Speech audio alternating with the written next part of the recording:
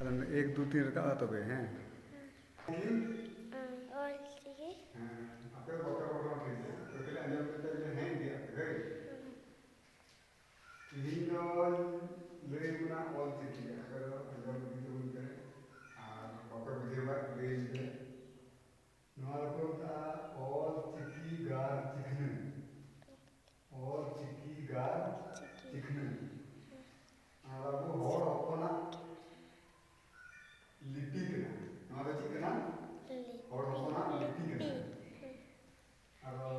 देवनागरी लिपि के अपन अगला ऑल चिकी गार चिकनी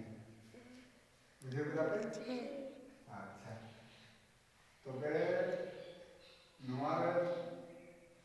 पढ़ार क्या हो गए तबुना अदो नवा लेका ऑल चिकी नवा ऑल ठीक करा और मतलब तुम लाइन वाला फिर तुम ऑल का तरीका बन ठीक है अदो लहा तो नोटे को रिकॉर्ड करने नहीं को नुका इचू करते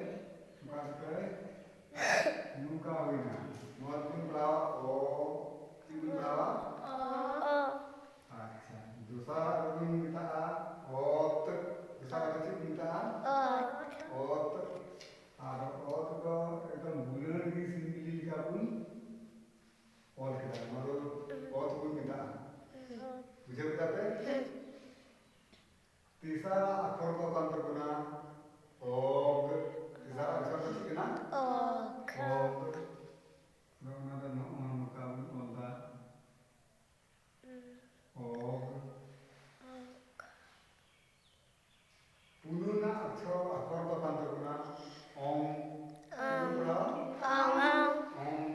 ओम को नुके को नुका नुके को नुका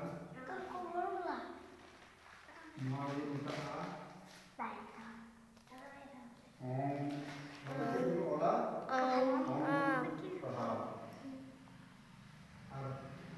मुझे ना अखर को नवा लाइन रिया नवा दो ऑल गुण पढ़ा ऑल हमारे जी गुण पढ़ा ऑल आता ना उनका गुण पढ़ा ओ ओत ओम ऑल मुझे बताते हैं अच्छा अब दूसरा थार रुनिया नवा दो कुमिता आ दोनों नोटे को दिखावा उनका और नहीं आ उनका पे नोटे नोटे और गुजरा नोटे और गुजरा नवा आ गुजरा आ दूसरा पता गया दूसरा अक्षर नोटे गुजरा और नोटे नोटे को दिखावा नुका करते नवा नवा आँख तीसरा अक्षर को नोटे और करते नुका